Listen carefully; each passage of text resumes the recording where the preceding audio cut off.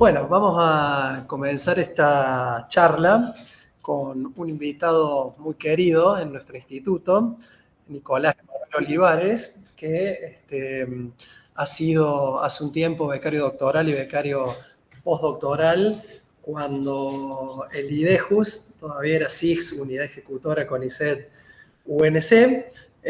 Ha trabajado muchos años acá. Ahora Emanuel es investigador asistente de CONICET, pero se ha mudado a La Pampa, donde tiene su lugar de trabajo en el Instituto de Estudios Históricos y Sociales de La Pampa.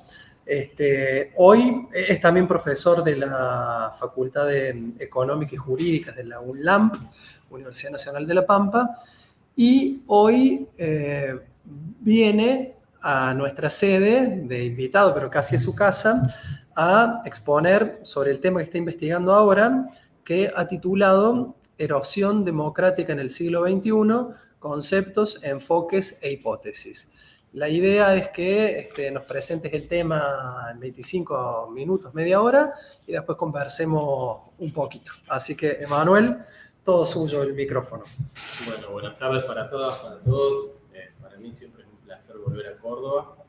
En todos lados en donde puedo señalo siempre que he sido parte y me siento parte de la docta. Así que bueno, un placer para mí volver aquí, estar rodeado de amigos como Juan Ignacio, como Esteban también. Y bueno, la idea de la presentación de hoy, un poquito para dejar en el record grabado y luego conversar en otra ocasión con colegas, tiene que ver con una problemática bien contemporánea que podríamos rastrear en la bibliografía del 2015-2016 a la fecha, y con una preocupación y algunas intuiciones propias sobre cómo encarar este procedimiento. Como bueno, el profesor Llamosa decía antes, en mi recorrido he estudiado el presidencialismo, el federalismo, y así también los procesos de transición y consolidación democráticos. Y ahora un poco la idea es tratar de dar un paso más, ir hacia una etapa, un segmento, una periodización más contemporánea que tiene que ver con este periodo que va del 2015 a la actualidad.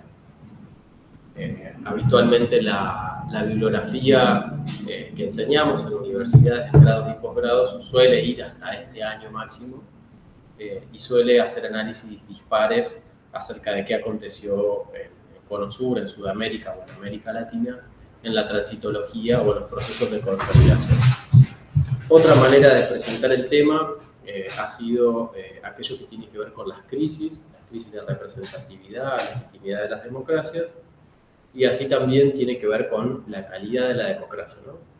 Sin embargo, el problema que allí encontraba en las lecturas es que casi siempre las expresiones teóricas venían de la mano de un solo ámbito, que era el de la politología o de las ciencias políticas empíricas, o si se quiere, descriptivas, ¿no? Que tratan de reconstruir ciertos hechos, entre comillas, como si fuera una suerte de eventos que están dados o predeterminados, donde la investigadora o investigador tiene que tomar nota, intentar reconstruir o analizar eso que ya ha sido dado.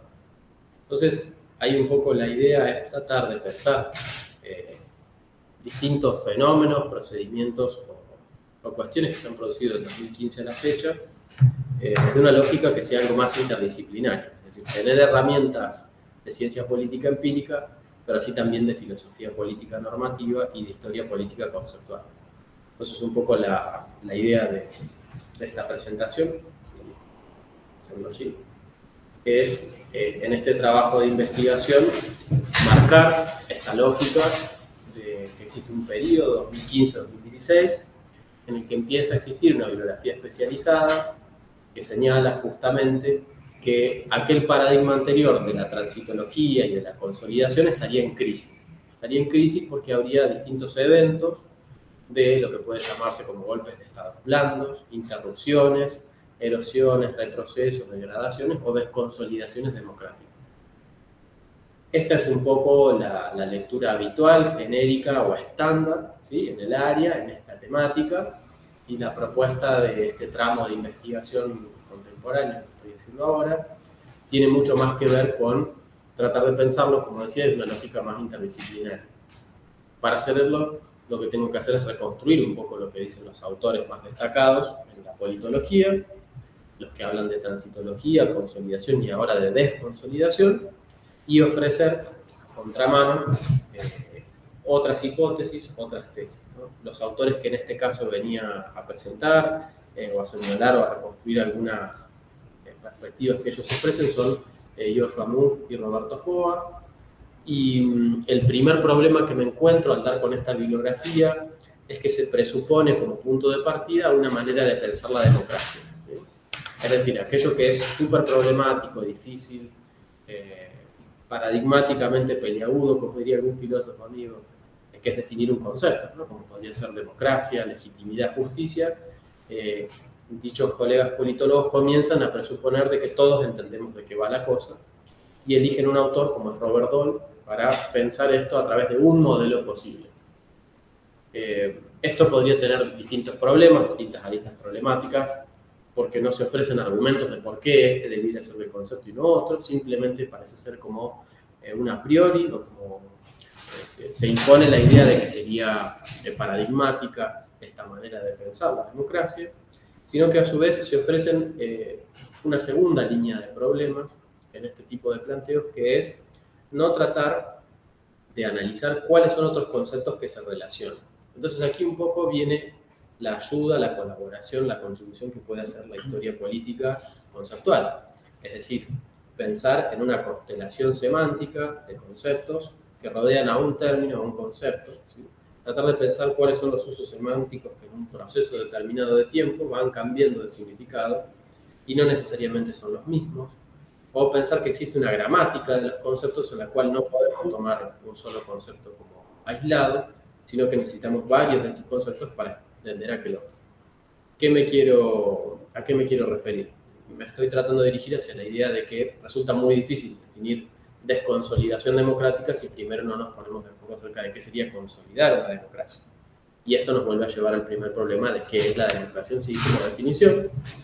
Y a su vez se agregan otros tipos de términos que comienzan a surgir, ya no de la politología, sino más bien de la filosofía política, de la historia política del pasado reciente, de la historia política conceptual, como son los conceptos de erosión, de crisis, de regresión democrática. Entonces, un poco la idea de la presentación en los objetivos argumentativos es tratar de reconstruir estas teorizaciones ofrecidas por politólogos de renombre internacional, como son Moon, Levitsky, Norris y Scoa, y tratar de contrastarlas con otras teorizaciones que se ofrecen en Sudamérica al respecto, ya no en la idea de que existe algo que se está desconsolidando, sino un concepto o algunos conceptos, que es la democracia, estarían en erosión, ¿no? Algo voy a decir sobre esto para diferenciar. Y la propuesta, si se quiere, más propia, espero más atractiva, es tratar de ofrecer otra manera de pensar la democracia que responde en una lógica de cerrarse en una disciplina, sino ampliarla, ¿no? Es decir, en qué podrían estar de acuerdo algunos politólogos, filósofos e historiadores sobre este término en términos contemporáneos.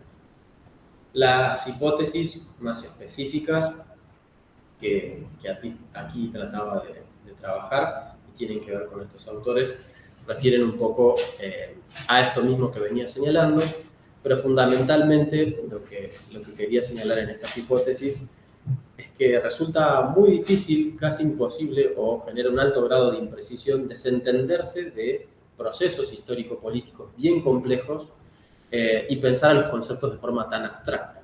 Sobre todo cuando existe un área tan sensible, como vos sabés bien, Esteban, como es la historia política del pasado reciente, que está a la vez que buscando y construyendo su objeto de estudio, se está construyendo como aparato de análisis, ¿no? Es decir, la historia política del pasado reciente está en construcción como rama, subárea o segmento de la historia, su propia metodología, sus propios criterios de búsqueda, de análisis. Entonces, en ese sentido, me parece como un área problemática. Lo segundo que tiene que ver con esto que anticipaba, que es presuponer que el concepto de democracia liberal, minimalista, pluralista o poliárquica es incuestionable o irrebatible, en términos contemporáneos también me parece un poco problemático. Y en tercer lugar, la necesidad de generar interdisciplina nos viene a generar otras preguntas o nuevas preguntas, ¿no? Entonces, allí la tercera hipótesis. La idea fundamental de estos autores vendría a ser de que asistimos a la caída, del derrumbe o la crisis de este paradigma, que es el de la consolidación de la democracia, y al hacerlo empiezan a generar algunas hipótesis específicas que no son las que ya me referí, sino que dependen de ellas, que serían como deductivamente coordinadas con ellas, que señalan, por ejemplo, que los de jóvenes y las mujeres estarían generando a través de una nueva forma de votar o de incluirse en los procesos de representatividad política, con movimientos, marchas, etcétera, en el segmento que sería parte del problema y no de la solución. Entonces, cuando ya detecto esto, ¿no?, de identificar no solamente un concepto abstracto, desentendido de la historia, sino a su vez detectar algunos grupos que podríamos pensar de otras disciplinas como estructuralmente desaventajados, donde tratamos, por el contrario, de tratar de ver de qué manera generamos igualdad creciente en estos planos, en estos segmentos, me encuentro con esta hipótesis específica de los autores, señalando que parte de la razonabilidad de que existan algo así como populismos antisistemas que generen desconsolidaciones democráticas tiene que ver con cómo están votando los más jóvenes y las mujeres. Que no es ni más ni menos que también algo que señalan algunos analistas en territorio europeo acerca de cómo se comportan las nuevas derechas o las derechas radicalizadas, ¿no? Para ponerlo en términos más coloquiales, pareciera ser algo así como es que el problema son los jóvenes, las jóvenes, los jóvenes. El problema son otras identidades que generan estas disrupciones y la democracia no estaría en esa modalidad de presentación o concepto en capacidad de responder a estos reclamos, ¿no?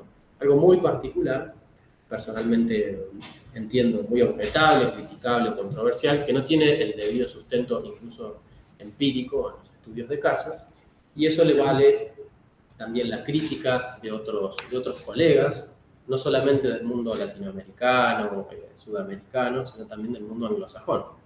Es decir, para señalar de que el derrumbe mismo de la idea de democracia estaría en situación de reemplazar al modelo de consolidación, tendríamos que probar en un periodo de tiempo más amplio, dicen otros colegas, como 2 décadas, en distintos países, que esto es así.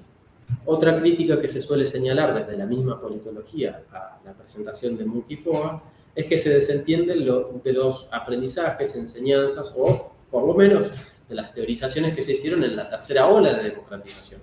Es decir, de que no existen sistemas concatenados, perfectos, lineales, teleológicos de avance, ¿no? Como que necesariamente si tú has conseguido reconstruir un sistema democrático donde hay un sistema autoritario o no democrático, esto no significa necesariamente que no pueda haber, como decía el gran Humberto Eco, pasos de cangrejo, ¿no?, laterales, hacia atrás o hacia adelante.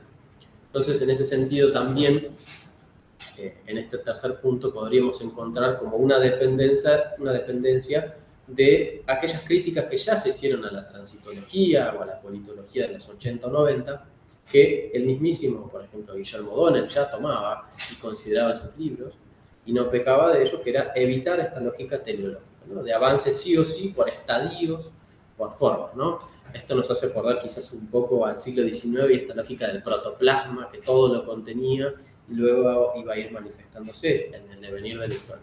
Entonces, un poco eso también ha sido objeto de crítica o análisis. Por otro lado, para pasar más rápidamente lo que quería compartir, para hacerlo de una manera algo más breve, la otra fuente de objeciones a la propuesta de Munch-Foa refiere, como decía antes, a la imprecisión terminológica o definicional o conceptual. Es decir, pareciera ser que no es lo mismo desconsolidar algo que está consolidado que erosionar un sistema que de por sí es democrático o tener algo así como una regresión democrática, ¿no? Entonces, desconsolidar presupone que ya ha habido algo que está consolidado, sobre lo cual difícilmente puede existir acuerdo en aquellos países que son parte de la tercera ola. Es decir, si hiciéramos una encuesta aquí, en la ciudad de Córdoba, acerca de si usted cree que la democracia argentina en estos 40 años que estamos celebrando felizmente y queremos prolongar ad infinitum, si pudiera ser, ha sido efectivamente consolidada en todas sus dimensiones y planos, difícilmente podríamos encontrar un número amplio de respuestas asertivas, afirmativas. Encontraríamos muchos problemas.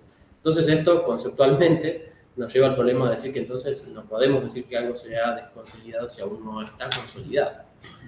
En un lenguaje más de ruptura, de pasacalle, de militancia, podría decir que aquellas luchas que debiéramos de dar son aquellos derechos e instituciones que aún tenemos por ganar. Entonces, en esta misma lógica se muestra una contraposición entre esta presentación o presuposición metodológica y lo que señalan otras maneras de teorizar a través de instancias como manifestaciones o movimientos sociales.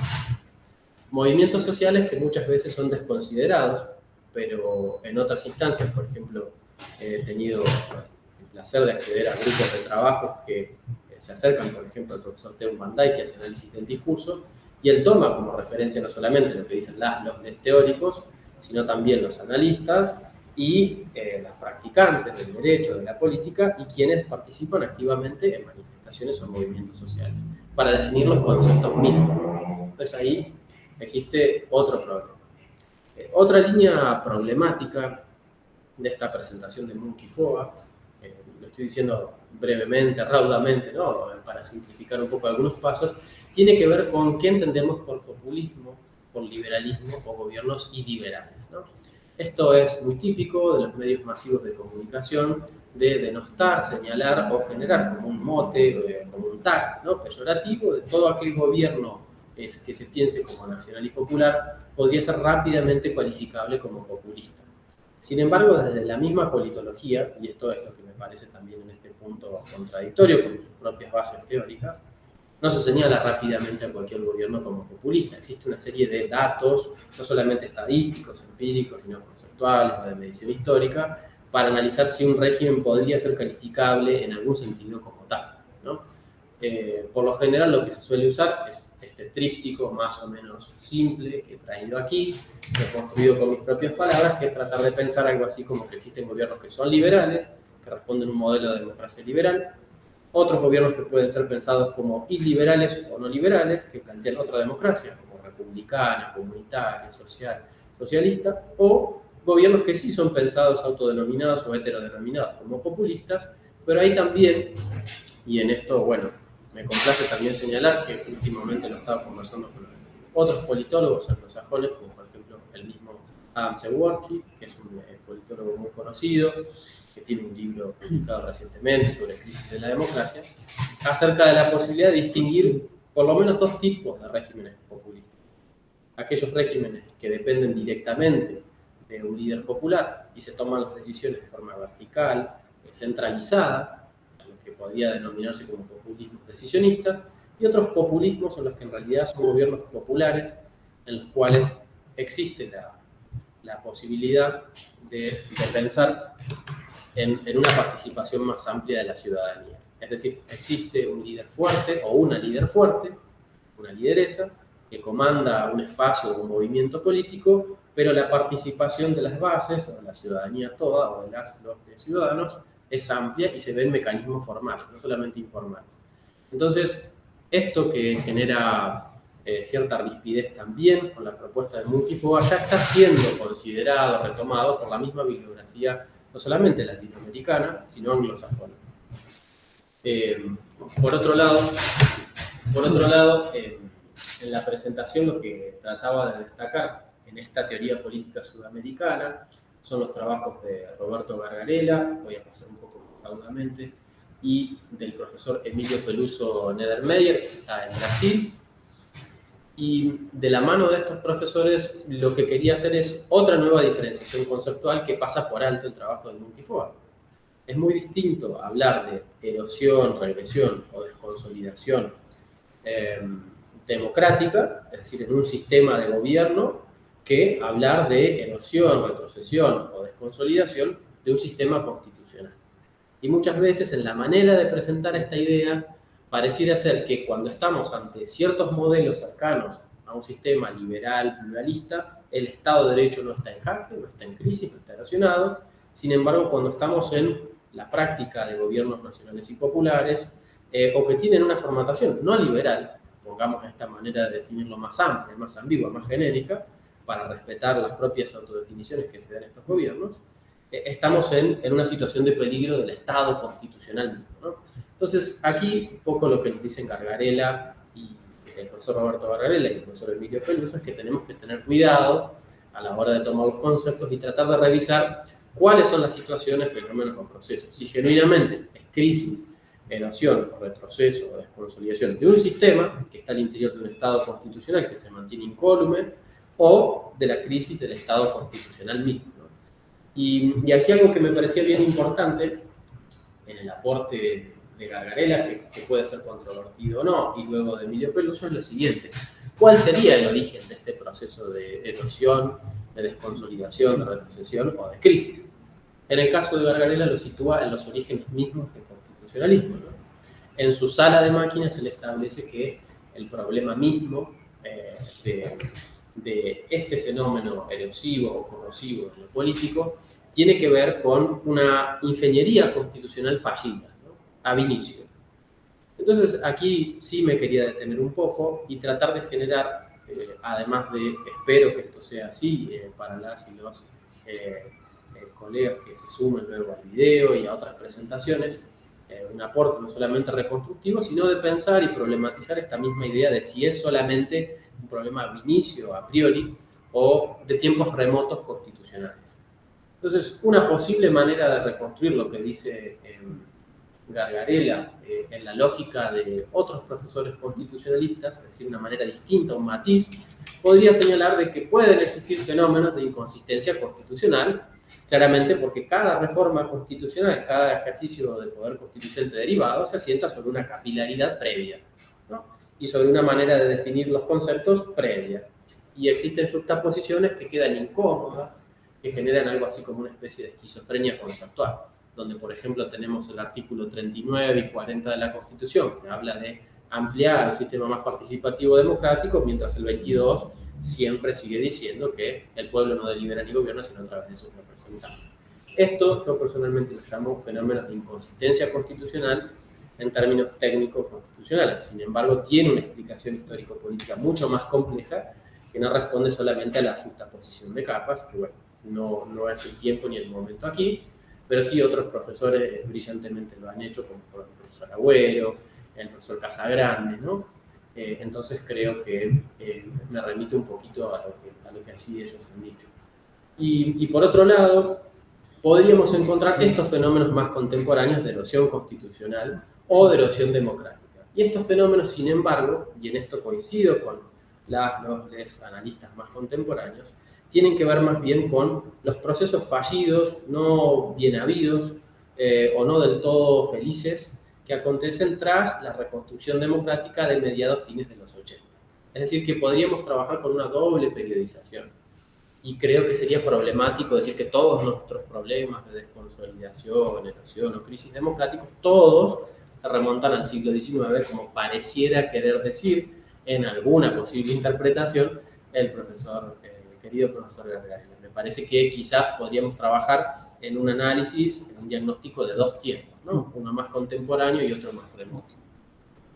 Asimismo, y para pasar brevemente en página, el profesor Peluso Nedermeyer, que ahora hace poco he tenido la posibilidad de conocer personalmente, de dialogar con él, de discutir, debatir en un seminario en la provincia de Minas Gerais, en Brasil, en febrero, él plantea nuevamente lo grave, lo problemático, que en un contexto bolsonarista en su momento, post-bolsonarista ahora, implica confundir los términos, ¿no? De erosión, de crisis, de emergencia.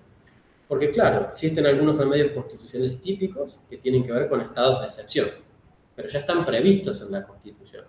Distinto es aquellos problemas que no han sido aún normativamente previstos, en situaciones de peligrosidad para el sistema de derecho o el sistema constitucional que no han sido previstos. Un poco este es el acento que coloca el profesor en su último libro acerca de la crisis del Estado constitucional en Brasil y la erosión constitucional en el Brasil, que está datado justamente en este mismo periodo que los colegas anglosajones señalan, 2015, 2016 en adelante. Es decir, no es un capricho, no es una periodización que requiera una argumentación extrafalaria muy amplia, ¿no? De un artículo per se, de decir por qué este recorte temporal, sino que coinciden muchas y muchos autores en esto.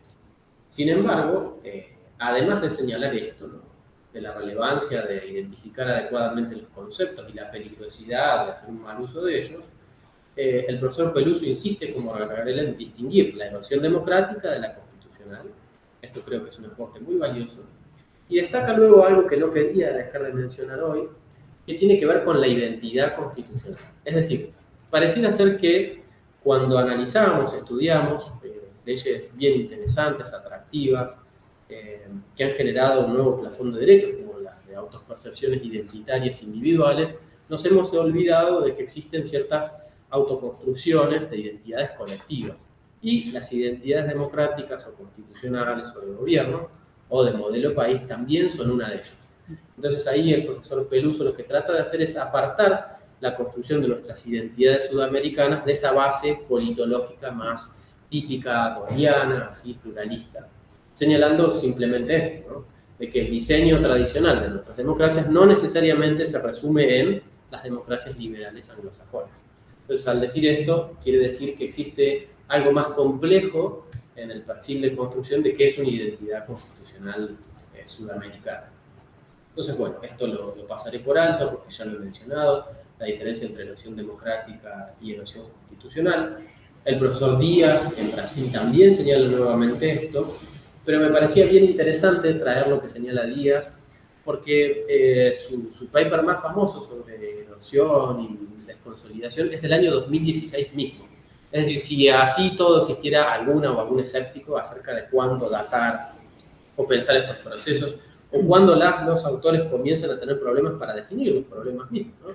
Para construir su propio marco teórico o planteo del problema, el profesor Díaz señala que justamente comenzaba a surgir ya en el 2016, como puede verse en pantalla, ciertos problemas de entender qué estaba pasando con algunas crisis institucionales que no correspondían con aquella formatación más tradicional de los 80 o 90 que conocíamos como golpes de Estado, caídas o erosiones del sistema todo. Entonces, creo que allí tenemos otras herramientas. El profesor, bueno, no lo voy a explicar ahora por una cuestión de tiempo, pero insiste en que no solamente hay desconsolidaciones y regresiones, sino también rupturas. Él considera que tenemos que poner alguna suerte de límite, tenemos que tener alguna suerte de aparatología para detectar cuándo un sistema que en el tiempo 1 es democrático deja de hacerlo en el tiempo 2, 3 o 10, y señala que lo que conocemos como retrocesos o regresiones democráticas no solamente son en el plano cultural, social y económico, sino también en un plano institucional. Entonces fíjense cómo ya en el 2016 Díaz se anticipa a lo que Peluso y Gargarella dicen en el 2021-2022. Sería como la fase previa de decir, bueno, no es lo mismo erosión democrática que erosión del sistema constitucional como un todo. Entonces, bueno, para ir finalizando y cerrar, mi propuesta tiene que ver con una lógica algo más de largo aliento, es decir, tanto en mi tesis doctoral como en los dos procesos de postdoc interno y externo, he trabajado con una particular manera de pensar la democracia, más abierta, que tiene algunas herramientas de la democracia deliberativa, del modelo republicano, pero después de haber tenido la feliz experiencia de estudiar a sabiendas historia política conceptual, historia política del pasado reciente, he detectado esta suerte de vicio, de problema o defecto quizás de formatación, de presentación de ideas, que es de presentarlas en abstracto, ¿no? Como conceptos sueltos, no tener una historicidad. Entonces creo que cualquier propuesta de conceptualización de qué es una democracia debe tener una perspectiva reflexiva. Reflexiva en el sentido uno, que hemos ya señalado, de tener una lógica interdisciplinar. Cuanto menos tomarle el pulso a qué están diciendo los politólogos, politólogas, filósofos políticos, historiadores sobre estos problemas, y no solamente centrarnos en un solo campo disciplinar o hacer, por ejercicio de honestidad intelectual, solamente un disclaimer de, bueno, este paper, este trabajo, este libro solo se basará en argumentos descriptivos o no normativos, solo metodológicos, donde difícilmente esto ocurra en un campo tan complejo, tan variopinto, amplio como es el de la política o lo político. Entonces, hacía la pregunta originaria de ¿es la erosión constitucional o es la erosión democrática un problema que va de lleno contra la idea misma de democracia? Sorprendentemente, en mis primeros pasos, en mis primeros hallazgos o avances, lo que encuentro es que la respuesta desde una perspectiva interdisciplinaria tendría que ser negativa. ¿Por qué? Porque existen algunos procesos corrosivos, retrocesivos o erosivos de lo político o de un modelo de democracia que pueden ampliar a otros modelos o sistemas más inclusivos de democracia. Quizás entonces lo que está en crisis no es la democracia como un todo, la democracia, este viejo aparato occidental greco-ateniense, sino una posible manera de pensar la democracia posguerra o, si se quiere, post-Guerra Fría, de los 80-90, y con esta suerte de tratados financieros internacionales que acompañan esas definiciones conceptuales. Entonces quizás lo que está en eclosión, y un poco me amparaba el trabajo de algunos politólogos, no solamente argentinos y brasileños, sino uruguayos, es el concepto mismo de democracia. Aquí trato de brindar una definición algo más ampliada de qué sería una democracia reflexiva, con una suerte de catálogo de principios. En este sentido, conservo los TOCs, las obsesiones de un aprendiz de filósofo político, como serían los principios de igualdad política, pero trato de generar un aporte propio en el sentido de que ya, si genuinamente detectamos que en fines de los 80, principios de los 90, tenemos un problema grave en cuanto a qué entendemos por democracia o de una democracia amplia, entonces tendríamos que hacernos parte del acuerdo de que ya necesitamos algo así como un principio de justicia transicional. Es decir, que tenemos distintos estadios temporales. Esto abre las puertas a la historia política del pasado reciente, a la historia política conceptual, para decir, por ejemplo, qué entendíamos en el 83 por democracia, república, liberalismo, y qué entendemos hoy. Seguramente el concepto, la definición durante procesos de la transitología argentina, por decir una, no son los mismos que hoy, ¿no? Entonces, tendría algún sentido esta lógica más alberdiana de que existen varias repúblicas posibles y no una sola, ¿no? Que no existiría solamente un partido, un movimiento, un sector que podría atribuirse la definición de democracia, república, sino que existían varios. Esto es un poco también parte de la propuesta, ¿no? De encontrar como cierta amplitud. Y así también otros principios que tienen que ver más bien con la presentación más típica del modelo republicano, como son los principios de libertad como no dominación y reciprocidad política. No me quiero detener mucho en esto, pero sobrado está señalar autores como el profesor Petty, el profesor Martí, ¿sí? Acerca de este tema. Y sí, lo que creo que viene a formar parte de un espectro teórico, si se quiere, de registro vocal más propio, es pensar la idea de reflexividad ya no solo como un aparato metodológico, es decir, no solamente la sumatoria de herramientas, sino como un concepto en sí mismo. Es decir, para yo poder decir qué es nuestra democracia, una democracia o algunos sistemas democráticos, necesito entretejer, entrelazar o generar una trama de estas ideas o herramientas para señalarlo. Entonces, al hacerlo, traté de investigar en 3 áreas cuáles son las definiciones que se ofrecen, por ejemplo, en filosofía política normativa, cuáles son las definiciones que se ofrecen en historia política conceptual, por ejemplo, los trabajos de Farrelly y de Rosambalón en ese sentido, y el último avance que he efectuado tiene que ver con la sociología política, ¿no? Una socióloga bien conocida, anglosajona, que se llama Margaret Archer, y con esto quiero ir un poco cerrando, me voy a adelantar los postulados más filosóficos de Olson y demás. La profesora Archer decía algo que es bien importante para los sociólogos, que tiene que ver con cómo construimos la relación entre individuo, sociedad y el entramado de contexto, es decir, qué hay en ese espacio, qué hay en estos intersticios, ¿no? Donde genuinamente se construye la política y lo político. Y ella habla justamente, y esto me llamó mucho la atención, lo traía para compartir aquí, la idea de que existen módulos o modos de reflexividad. Es decir, depende del grado de conexión, de inconexión, ¿sí? O de relación que exista entre el plano autopensante, de autogobierno, de autodefinición individual y el contexto, encontramos distintas maneras de reflexionar sobre nuestras propias ideas, que lo podemos pensar individualmente o como sociedades. Entonces, quizás, a través del trabajo de Archer, lo que pensaba es que lo que puede estar pasando es que, pasada esta tercera ola de democratización y frente a esto que suele pensarse como un proceso erosivo, de desconsolidación o de retroceso, estamos frente a nuevas maneras de pensar la idea misma de democracia. Estamos poniendo en crisis esta idea de democracia, pero ya no como un todo, sino de democracia liberal, ¿no? O representativa liberal. Y la profesora Archer lo que propone en estos modos de reflexividad, tiene 4, metareflexividad, reflexividad autónoma, reflexividad comunicativa y fragmentada, son distintas maneras de conectar cómo el agente, la ciudadana o el ciudadano, se comporta en un entorno dado. Es decir, si existe más o menos cooperación. Esto se acerca y mucho a los estudios que el mismo O'Donnell o el mismo Nino, por el lado de la politología o de la filosofía política, hacían acerca de los problemas de cooperación social. El famoso libro de Nino referido a la anomia o a la anomia boba, los problemas de incumplimiento sistemáticos de las normas, ¿no? El desafío constante a la norma, ¿no? La no adhesión a la norma. Entonces, creo que ahí un poco también se esconde el costado más sociológico del problema. Y Archer lo que dice es que si estamos frente a un escenario de reflexividad comunicativa en el cual una decisión política para tomarse como legítima requiere no necesariamente del acuerdo, pero por lo menos de la puesta en debate o discusión con otras y otros ciudadanos, estamos en un escenario algo más aceptable, más cercano a lo que podríamos denominar como una democracia reflexiva. Y cuando estamos en un escenario que ella denomina como reflexividad fragmentada, las personas suelen comportarse individual o colectivamente como si el contexto en sí fuera el agente patógeno, ¿sí? Como lo problemático sería el contexto, como aquella visión algo más adolescente de que el problema no está en la persona, sino en el conjunto que lo rodea, ¿no? Que todo es un problema todo el tiempo, constantemente, donde esto conceptualmente no puede ser así.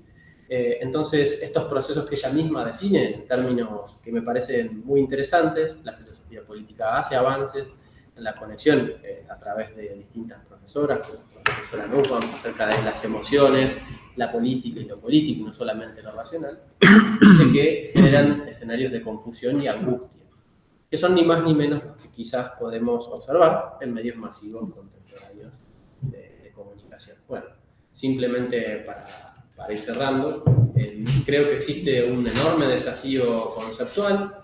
Existen aquí algunos puntos, aristas o problemas que he tratado de ir presentando en una posible manera de pensar la desconsolidación, el retroceso o la erosión democrática. Aquí, bueno, les dejo luego la presentación de la bibliografía y simplemente agradecer el espacio, el tiempo y señalar como cuestión etnográfica o propia que esta punta de hilo o esta nueva manera de pensar la línea de investigación surge estando en una estancia, en una beca postdoctoral en España, y leer los medios masivos de comunicación de qué había acontecido realmente en el espacio que nosotros conocemos como el Estado Plurinacional de Bolivia, ¿no? Si genuinamente esto era un Estado, si genuinamente existía un golpe de Estado, si era un retroceso o no. Entonces, cuando observé que en tiempo real los medios masivos de comunicación, algo que quizás teníamos herramientas más bien precisas para identificar qué es lo que estaba aconteciendo en este costado del océano, podía ser problematizado, comprendí entonces que ya no era solamente un fenómeno necesariamente empírico, sino que tenía varios matices, varias dimensiones bien complejas. Y ahí fue cuando me decidí para empezar a construir esta lógica más interdisciplinar. Bueno, así lo es. Bueno, perdón por podemos... el tiempo, muchas gracias. No, muchas gracias a vos. Podemos dejar de compartir en pantalla, Emanuel. Ahí, allá arriba, mira, sí, ahí está. No, bueno, la verdad que muy interesante y muy claro, aparte la exposición. Sobre todo, bueno, por lo menos yo no es una bibliografía que maneje, así que resultaste muy claro y demás, y obviamente he apuntado un montón de preguntas y comentarios que tienen que ver, por supuesto, con la curiosidad que despierta ese cruce tan interesante que haces entre filosofía política, derecho constitucional, historia conceptual, que es también una disciplina a la que te has acercado con mucho rigor. Entonces, bueno, primero una curiosidad general. Vos, por supuesto, también si tenés dudas y preguntas, empiezo yo. Primero una curiosidad general. Vos decías que, eso no lo entendí bien, a partir del 2015-2016 empieza a darse como una discusión bibliográfica que no existía hasta entonces sobre estas nociones de pensar de otro modo estos temas de la desconsolidación, erosión y demás.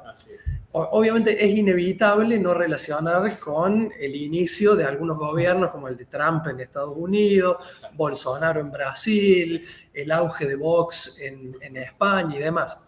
Pero sin embargo, cualquiera que más o menos lee las noticias internacionales y está al tanto de la discusión también académica sobre estos temas, sabe que desde mucho antes se venía hablando de la degradación democrática, constitucional, pero claro, no apuntando a estos nuevos populismos, sino generalmente a gobiernos sudamericanos como el de Venezuela y demás. Pero antes de esa fecha, entonces, no se usaban estos conceptos en la discusión académica, se utilizaban otros. ¿Qué sería lo que Perfecto. cambia a partir de 2015-2016? Bueno, una pregunta importantísima de historiador, ¿no? De historiador del derecho era obvio que esto iba a ir allí, ¿no? Pero bueno, es muy buena la pregunta. La respuesta, así como algo apresurada y típica de paper, sería que en el año 2015, en la revista Journal of Democracy, que se publica en Estados Unidos, típica revista anglosajona de definición conceptual politológica, se plantea por primera vez en un dossier completo la idea de que el famoso paradigma de transitología y consolidación, que había permanecido casi intocado con algunas posibles relecturas, ¿no? Acerca de la existencia de esto que decía antes, terminología como golpes blandos, golpes que no terminan de ser golpes de Estado. Es decir, que no existe un sector militar apañado no por la ciudadanía que toma el gobierno, ¿no? En esa lógica, en el 2015, una serie de profesoras y profesores plantea la posibilidad de poner en crisis ya no algunas herramientas, elementos o hipótesis, sino el paradigma entero de la transitología, de la consolidación democrática. Una cosa que es bien interesante señalar, que me he olvidado y que tu pregunta trae a colación, es de que la politología contemporánea se construye ya no solamente como objetos de estudio, es decir, la transitología, la consolidación democrática no solamente es el objeto de estudio de los 80 y los 90 de las y los politólogos, sino que a su vez la politología se repiensa a sí misma metodológicamente a través de ese objeto. Entonces es casi inseparable decir politología, por lo menos en Sudamérica, de decir transitología y consolidación, con el aliciente de que las revistas estaban en un grado de comunicación muy amplio, entre, por ejemplo, el mundo iberoamericano, España, Argentina, Chile, Brasil, Uruguay, y el mundo norteamericano, o sea, la Miami Law Review, por ejemplo. Entonces, toda esta serie de presentaciones sostenían un aparato metodológico, conceptual muy riguroso, diciendo que había una serie de fases, de estadios casi obligatorios para transitar hasta llegar a lo que se conoce como una democracia consolidada. Esta teleología, la base metodológica, las tesis y las hipótesis subsiguientes son puestas sistemáticamente a procesos de falsación, ¿no? Como diría el querido profe Guillermo Lariguet, a través de la metodología de Kuhn, ¿no? Y en un avance bien interesante, el mismo Guillermo O'Donnell ya comienza a mostrar algunos resquebrajamientos, como bien señalás, acerca de si nos debemos de tomar esto al pie de la letra como tránsitos necesarios, ¿no? Si no habría algo así como, podríamos decir, como atajos entre tener un autoritarismo y una democracia. ¿Qué puntos intermedios, qué grises, ¿no? ¿Cuáles son la gran avenida del medio de otras opciones? Esto queda casi en la nada, y esto debe decirse porque la grandeza teórica del autor lo sostiene, luego de la muerte del mismo Guillermo. De hecho, he trabajado personalmente con Salvador Martí Puig en Cataluña, que es un gran admirador de Dole y de Guillermo, y señala esto, ¿no? Que hay un antes y después de su teoría en este sentido, y los politólogos que vienen en el tiempo a tomar ese legado ponen en discusión estas bases, tomándose de algunas premisas de la postura de O'Donnell, pero no de todas. Por ejemplo, y aquí viene el problema, O'Donnell se tomaba muy en serio la lectura de textos como Democracy, de Dole, y sabía que Dole no propone una definición solamente descriptiva, sino que también era metodológica y conceptual. En cambio, los politólogos que le siguen no necesariamente se toman este trabajo, y un poco esto también es lo que aprendía, interpretaba, y bueno, aprovecho también la grabación para agradecerle a Salvador en ese sentido, de generar una manera algo más completa de analizar, ¿no? De hecho, Salvador tiene un paper que se llama Después de la transición, ¿qué? Después de la consolidación, ¿qué? ¿O qué es el cambio político ahora? Porque si hemos pasado por todos los estadios... A mí perdón que te interrumpa, sí, ¿no? ¿no? Pero me genera la curiosidad porque, bueno, uno que lleva muchos años inserto en el sistema científico y académico, ya sabe que cuando los cientistas políticos, los historiadores, los filósofos, nos ponemos a pensar sobre un problema, por más teórico que sea, siempre lo hacemos a partir de una preocupación o de algún disparador inmediato de algo que nos preocupa en el presente. Entonces yo ahí lo que veo, toda esta discusión surgió para tratar de dar respuesta a esos procesos políticos que se estaban viviendo en Brasil, Estados Unidos, o también para dar respuesta a lo que vos mencionaste, Bolivia. Porque, y también no puedo dejar de relacionarlo con la doctrina del lawfare, ¿no? Y del golpe blando, de los golpes judiciales. Entonces, ¿qué sector estaba más preocupado por definir estos conceptos? Claro, por definir estos conceptos. Bueno, es bien interesante. Yo creo que existen distintas preocupaciones teóricas. Una preocupación bien teórica, metodológica, conceptual, de qué hacemos con esta paratología que hasta ahora casi que nos daba el norte evaluativo. Pensemos en procesos de asesoramiento, de consulting, de estados que pasan por determinadas situaciones y una paratología que acompaña y que valida estos procesos y luego se retroalimenta con prácticas que dicen que sí, ha habido un buen asesoramiento acerca de qué rumbo tomar para mantener, por ejemplo, un sistema. Eso por un lado. Yo creo igualmente que vos, y en eso, bueno, te agradezco personalmente a vos, a Lali Agüero, las enseñanzas en términos de historia política del pasado reciente, de historia política conceptual, de que necesariamente existen ciertos fenómenos o procesos contemporáneos que nos afectan nuestra propia manera de ver el mundo, de pensar, de definir los conceptos, ¿no? Preguntas típicas del siglo XIX, ¿qué es orden? ¿Qué es Bueno, todos los manuales de historia argentina del siglo XIX comienzan con el primer párrafo diciendo ¿qué es ser un buen liberal? ¿No? Punto seguido, bueno, ahora sí vamos a hablar de historia argentina, pero si no definimos esto primero no tiene ningún sentido. Entonces, esto creo que también nos retrocede 2 siglos después a esta pregunta. Y para mi sorpresa, la pregunta de Munck y Foa también comienza con ¿qué es una buena democracia liberal? Y luego discutamos lo otro. Como si esto fuera, nuevamente, 2 siglos después. Pero siempre, Manuel, las preguntas sobre erosión democrática, desconsolidación, parten de un estándar que sería ¿qué es una buena democracia liberal? ¿No? Claro, claro. En ambos casos podríamos decir que en la politología, por lo menos, en el caso de O'Donnell, en el caso de Munck y Foa, sería en algún sentido el punto de partida. Sin embargo, la versión de O'Donnell, como el mismo Salvador Martí Puig presenta, es una versión, si se quiere, más ampliada, enriquecida, incluso que la versión o la definición o la conceptualización de O'Donnell. No podríamos, es decir, para decirlo en términos más simples, mi presentación no es de ningún modo una crítica a la paratología, metodología o conceptualización de Doll y de O'Donnell, sino de algunas posibles malas, o entiendo humildemente, deficientes o precarias interpretaciones de sus bases conceptuales y metodológicas. De hecho, la prueba está en que el mismo Guillermo O'Donnell va hacia el fin de su carrera señalando propios resquebrajamientos en esto.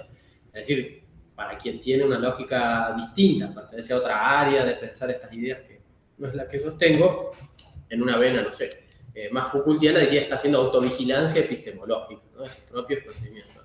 Entonces, como buena investigadora o investigador, se anticipa los propios problemas que su planteo tiene, ¿no? Como sabe que el tiempo corre no solamente para los procesos, sino para su propia teorización. En cambio, cuando vamos a estos papers famosos, hablan de un paradigma que muere, otro paradigma que nace, no hay mucho argumento de por qué uno y otro, y luego tenemos una serie de ejemplificación extendida muy ambigua, muy compleja. El problema que yo decía, espero que haya quedado diplomáticamente, elegantemente, de poner en una misma vasija, ¿no? A Trump y poner un proceso como el Estado Plurinacional Boliviano, poner a Venezuela y a Hungría, poner a Nicaragua y al Brasil en un mismo copón como algo así como populismo antisistémico, lo cual resulta muy problemático, forma parte del ABC de esta propuesta teórica, ¿no? Entonces, la diferencia, la gran diferencia que veo, y ahora, bueno, estoy en comunicación por correo electrónico, como mencionaba, con el profe Adam Seworski sobre estas cuestiones, es que tenemos que tener, me parece, el esfuerzo intelectual de diferenciar distintos escenarios, distintas maneras de pensar estos gobiernos populares, que no solamente sean catalogables como populistas, y así todo sí fuera el caso que pensar en distintas dimensiones o variables de ese mismo fenómeno. Claro, porque yo pienso una cosa, ¿no? Sí. Entiendo que, quizás esté equivocado, pero me da la impresión de que cuando se califica de populismos antisistema, sí, para hablar de de desconsolidaciones democráticas, se está pensando mayoritariamente en problemas de calidad institucional, de control republicano, de libertades, pero yo no sé si no hay líneas que piensan la desconsolidación democrática por las deudas sociales y las desigualdades que erosionan la democracia. Perfecto, esto es bien interesante la pregunta. O sea, la primera pregunta sobre la periodización, la segunda sobre el aparato más metodológico y la tercera que tiene que ver con cuáles son las motivaciones para sostener la existencia o no de algo así como una erosión, un retroceso, una desconsolidación. O sea, ¿qué se está desconsolidando? Pero esa es mi pregunta, ¿no? Investigación. ¿Qué se está desconsolidando? Entonces, la respuesta de estos autores es un modelo democrático predominante en el mundo y a veces, de buenas a primeras, la democracia. Y en algunos pasajes dicen, bueno, nada, la democracia liberal. Esto va de suyo. Y yo digo, no, no va de suyo porque, por ejemplo, los filósofos políticos contemporáneos más interesantes, como Petty, Martí, Manrique, ¿no? Bueno, tengo un colega en España que ha sacado recientemente un libro sobre representación política, se llama Felipe Rey. Están pensando no solamente en esa democracia, sino en varios modelos de democracia. El libro famoso de David Hell acerca de los modelos de democracia. O sea que suena muy extraño partir en el siglo XXI de que todos y todas sabemos que esta es la democracia o democracia liberal, como le hemos llamado. Y entonces mi pregunta va un poco de la mano con esto que señalabas. Si genuinamente existe un retroceso de consolidación y erosión, y es de que veamos el costado más luminoso, no oscuro del problema. En ese sentido, creo que lo que puede estar erosionándose es un modelo plenamente representativista. En una lógica más de teoría constitucional o derecho constitucional lo hemos leído innumerables cantidades de veces. En la Docta, felizmente, que ha tenido muchas y muchos convencionales y constituyentes bien valiosos y valiosas, señalando de que existen ciertos problemas en la reforma del 94 acerca de cómo pensar la legitimidad democrática, el federalismo y la república, ¿no? Estamos hablando de 1994, fin del siglo XX. Lo que vienen a plantear ahora estos autores, por un lado de la bibliografía, la motivación fundamental es cómo puede ser, cómo rayos y centellas puede ser que esto acontezca en Estados Unidos. ¿Cómo podemos explicarle a las y los estudiantes de politología en Cataluña, en Estados Unidos, en Madrid, en Francia, de que han tomado el Capitolio, como ha ocurrido en el 2021? ¿Cómo puede ser la toma del Plan Alto también en el Brasil? ¿Cómo puede ser esta marcha contra la huipala en Bolivia? Claro, pero allí viene un poco, creo, la confusión que señalan Díaz, Gargarella, Peluso y otros autores, y lo peligroso que puede ser confundir una crisis, una revuelta, que puede tener como un sistema, una modalidad, que puede estar en avance o en retroceso con todo el sistema constitucional, ¿no? De hecho, el mismo profe Zeworski, que forma parte más o menos de este amplio debate, señala de que no podemos abiertamente y ligeramente señalar que un gobierno que no es completamente conforme a las pautas, principios o criterios del sistema liberal, un gobierno antidemocrático. Es decir, equiparar gobierno no liberal a gobierno no democrático, antidemocrático, antisistema o antirrepublicano es muy peligroso.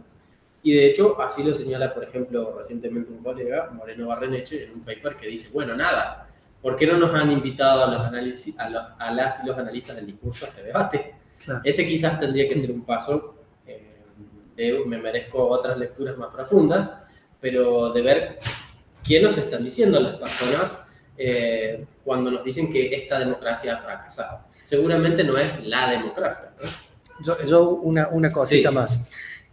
Más allá de toda la discusión conceptual, ¿no? Sobre erosión, consolidación, desconsolidación, democracia y demás, se ha avanzado en estudios que ya han, sobre la base de este análisis conceptual, han tratado de definir estándares y después aplicarlos a gobiernos específicos para calificarlos de democracias desconsolidadas y demás, y la completo. ¿Esto se está pensando más que nada en análisis nacionales o también en estudios que se apliquen a provincias, por ejemplo?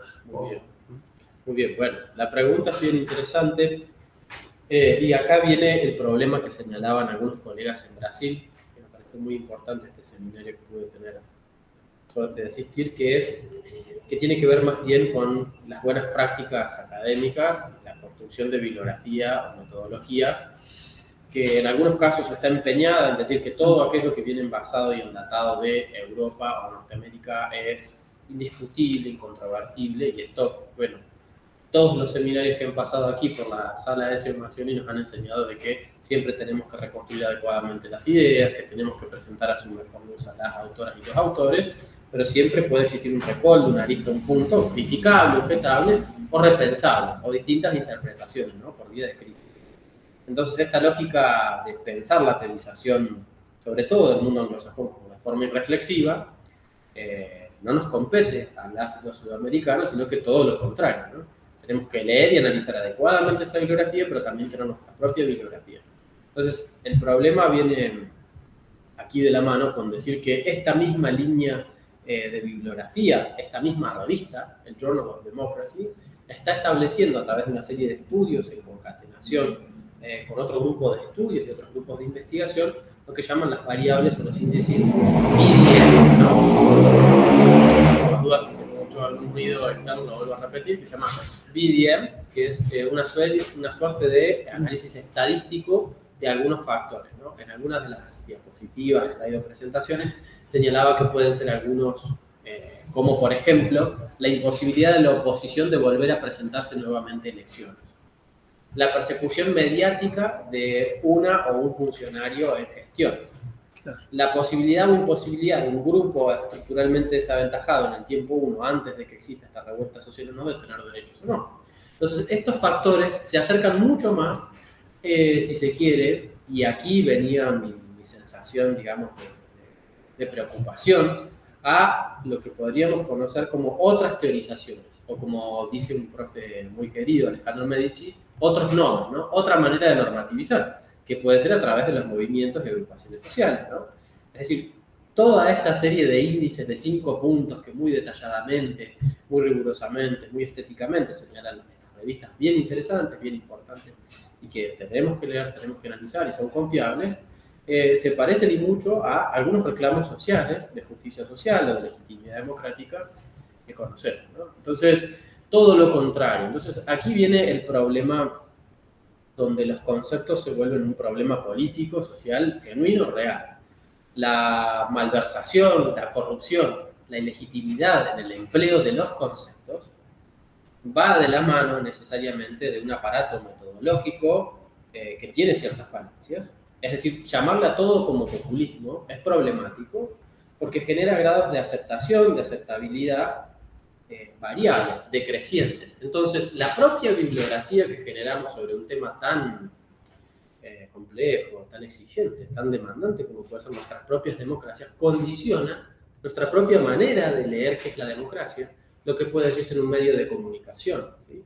Entonces, creo que aquí, humildemente pienso esto, y esto es lo que me ha enseñado leer la transitología, la politología de los 80 y los 90, tenemos que ser conscientes de nuestro rol humilde siempre, ¿no? De eternas y eternos aprendices, de teóricas y teóricos de esto, de que tenemos una responsabilidad social a la hora de señalar o en un paper, o en un libro, o en un medio, que es un gobierno popular, que es un gobierno populista. De hecho, todos estos problemas conceptuales no los señala Emanuel Olivares, los señala, como ha señalado, muchas autoras, muchos autores bien importantes, que incluso en el mismo ámbito de discusión, en puertas de distancia, metros de distancia de una sala contigua de una misma facultad, comienzan a surgir las discusiones. Como dice Seward, no podemos llamarle populismo a todo gobierno popular.